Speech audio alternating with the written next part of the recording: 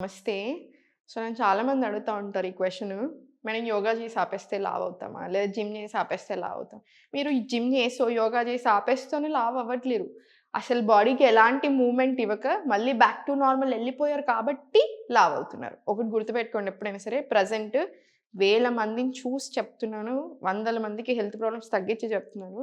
Movement is the medicine. మీరు movement ఇప్పుడు చేయకపోతే అంటే ఇప్పుడెక్కడ ఎళ్ళాల్సిన అవసరమే లేదు. మీరు యోగా అంటే ఇంట్లో మ్యాట్ ఏసుకొని హ్యాపీగా ప్రాక్టీస్ చేసుకోవచ్చు. డాన్సింగ్ జేసుకోవచ్చు. మీకు రకరకాల ఆప్షన్స్ ఉన్నాయి.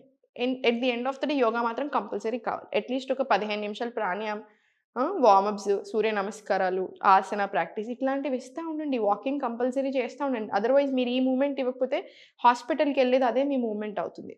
అంత తీసుకురాకండి. మనకున్న ఇప్పుడు పీసీఓడీ అయ్యొచ్చు. PCOS, irregular periods, thyroid, type 2 diabetes, pre diabetes, weight loss, inflammation ఇవన్నీ గూడా చాలా బాగా సెట్ చేసుకోవచ్చు మనం 3-6 మంత్స్‌లోనే. చాలా అంటే చాలా బాగా సెట్ చేసుకోవచ్చు. అన్నీ కూడా ఇర్రివర్సిబుల్ ప్రాబ్లమ్స్. కొంచెం బాడీ మీద శ్రద్ధ పెట్టండి.